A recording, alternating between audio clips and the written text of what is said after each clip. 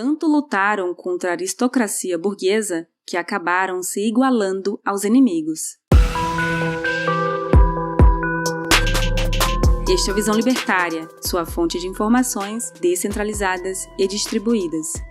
Imbuídos do sentimento de liberdade, igualdade e fraternidade, revolucionários franceses tomaram o poder das mãos da aristocracia absolutista prevalente na França, no final do século XVIII, com o objetivo de entregar para o povo. Foi uma revolução violenta, sangrenta, à beira de um genocídio, mas que tinha um propósito maior, a libertação do povo da opressão dos monarcas absolutistas, como se isso justificasse a morte de irmãos. É fato, a monarquia aristocrática francesa também era muito opressora e violenta. Isso despertou o sentimento do povo. Mas será que o povo tinha consciência do que de fato estava sendo arranjado? Essa revolução começou com intelectuais franceses da base iluminista do conhecimento. A filosofia moderna que insurgia com princípios liberais, no sentido político do termo, e que dizia ser capaz de libertar o povo das garras opressoras do Estado monarca, implantou um sistema republicano com a divisão dos poderes em três, seguindo os princípios de Montesquieu: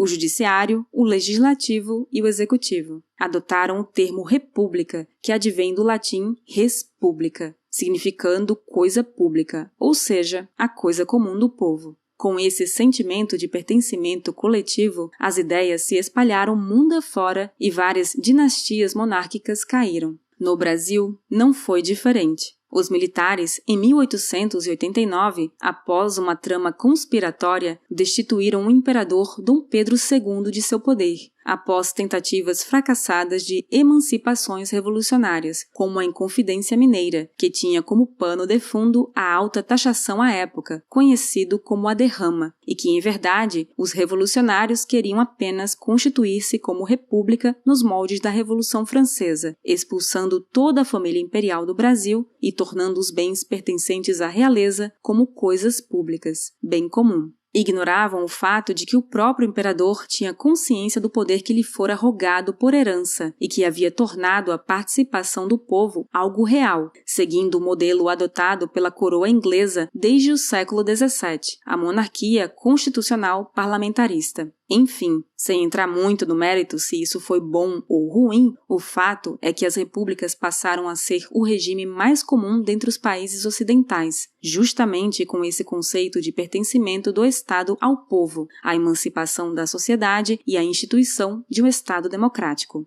Em 1917, em meio ao primeiro grande conflito bélico a nível global, uma revolução eclode nos rincões gélidos da Europa, a Revolução Russa. Revolucionários russos, imbuídos de princípios marxistas, assassinaram a família real russa, os Romanov, que detinha o poder absoluto da Grande Rússia. A alegação principal desses revolucionários era de que a burguesia exercia total opressão sobre o proletariado russo, que viviam em condições de mazelas humanas, e o objetivo deles era tomar o poder para distribuir ao povo, gerando união e igualdade a todos os proletários da época. Era instituído, então, o regime comunista russo, através do Partido Comunista. A brutalidade da tomada do poder seguiu adiante com a expropriação de bens daqueles que eram contrários à revolução, a estatização da propriedade privada e o envio de pessoas contrárias ao regime e os dissidentes do partido para campos de trabalho forçado e de reeducação em gulags siberianos. A ideia era eliminar totalmente aqueles que pudessem insurgir contra o regime. Os povos dos países vizinhos se inspiraram no regime e passaram a constituir sindicatos ou conselhos, ou em russo, soviets, que iriam gerir o povo sob a doutrina marxista. Para uma organização linear e uniforme desses povos, um poder central maior deveria existir.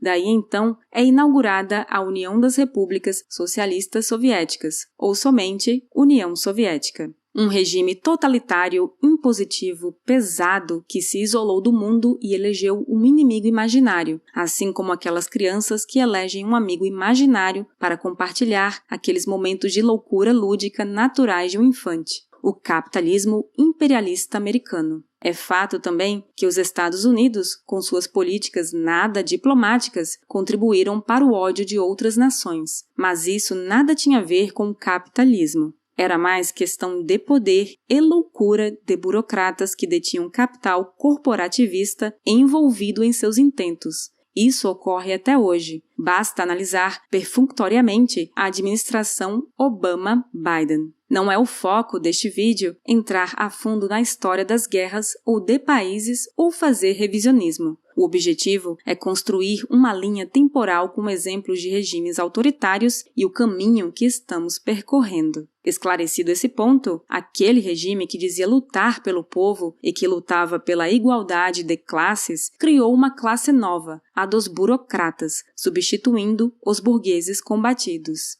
Só que, pelo fato de estarem ocupando esse lugar, não conseguiam se enxergar como tais. Passaram a exercer sobre o povo um poder quase divino, ditando-lhes comportamentos com o objetivo de resguardar o bem-estar comum. O problema disso tudo é que jamais deixaram de ser seres humanos e, logicamente, totalmente falhos. E o poder e a arrogância os cegou. Sabe aquele conto fantástico de George Orwell do livro A Revolução dos Bichos? Se não conhecem, vale a pena a leitura e traçar um paralelo sobre o regime stalinista. Nunca uma caneta foi tão mortal quanto um tiro de fuzil como nessa época. Stalin, em suas tresloucadas decisões, foi capaz de ceifar milhões de mortes.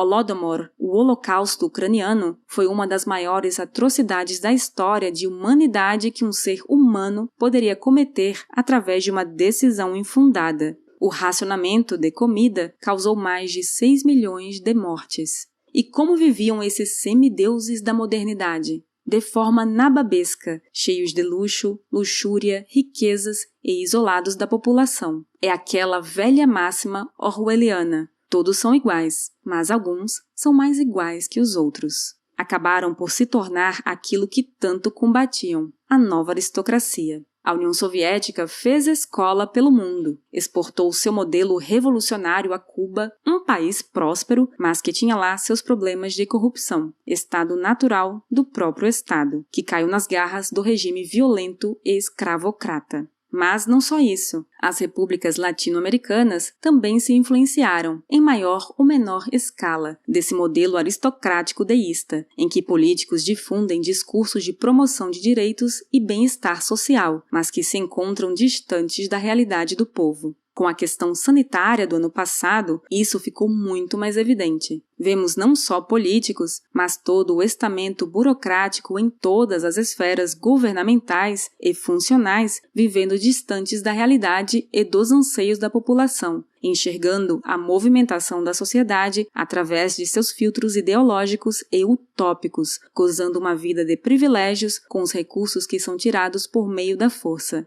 Sim, não me canso de dizer que imposto é roubo e que o Estado é uma instituição naturalmente ilegítima, e dizendo o que você deve fazer e como deve fazer.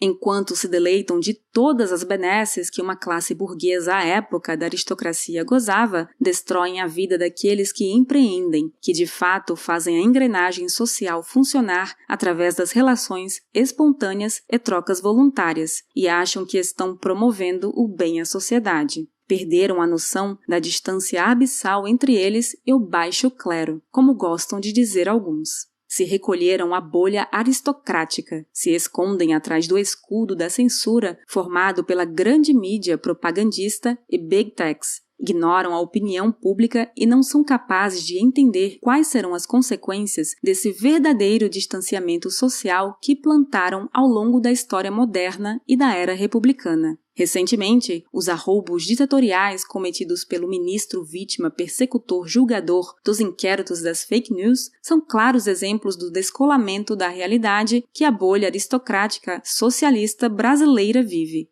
O povo está com a verdade e ela é continuamente difundida. Não adianta se esconder dela ou tentar estancá-la através da censura, do controle midiático, da política do cancelamento ou do politicamente correto e de fazer aliança com big techs que, ultimamente, diga-se de passagem, surpreendentemente acabaram manifestando contrariedade às ordens do ministro kafkaniano. Os novos aristocratas, quando menos percebem, estarão envoltos às consequências advindas do próprio isolamento social que provocaram ao longo da história. E esse momento está chegando, pois ao lado do baixo clero está a informação descentralizada e distribuída, que acaba por dispensar intermediários detentores do monopólio da informação e, via de consequência, diminui a hipótese de manipulação das massas. Esses novos aristocratas não fazem a mínima ideia do tamanho da ojeriza que o povão agarrou de suas personas. Preparem-se, neo-aristocratas! Obrigada por sua audiência. Este artigo foi sugerido e escrito por Tiago de Castro Maia, revisado por Paulo Almeida e narrado por Baby Yoda. Se você gostou deste vídeo, deixe seu like e o compartilhe em sua rede social. Se você deseja acompanhar nosso conteúdo, inscreva-se no canal e clique no ícone de campainha. Até a próxima!